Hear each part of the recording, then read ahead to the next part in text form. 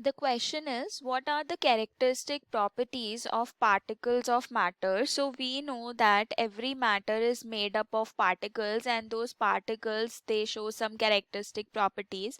The first thing is that the particles constituting the matter are very small.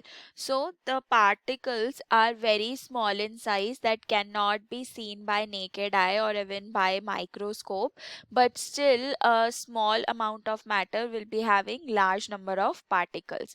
These particles are separated from each other by interparticle spaces, means these particles have some spaces between them, and those spaces or distances are called the interparticle spaces. And the amount of space that is present in the matter particle depends on whether it is a solid or a liquid or a gas.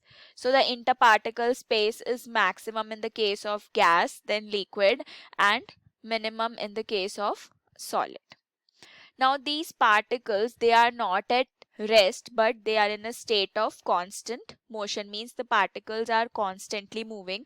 In solids, although the particles are tightly packed, but still they vibrate about their mean position. In liquids, there is a limited motion, and in gas the particles can move freely, they show random motion. So we can say the particles are not at rest, but they are in a state of constant motion. And there exist forces of attraction between the particles. So these forces are called interparticle force of attraction, or we call them cohesive forces. So these are the forces that are keeping the particles of matter together.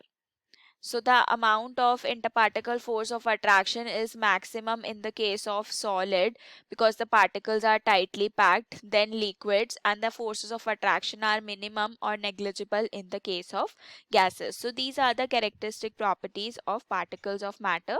I hope it is clear to you. Thank you.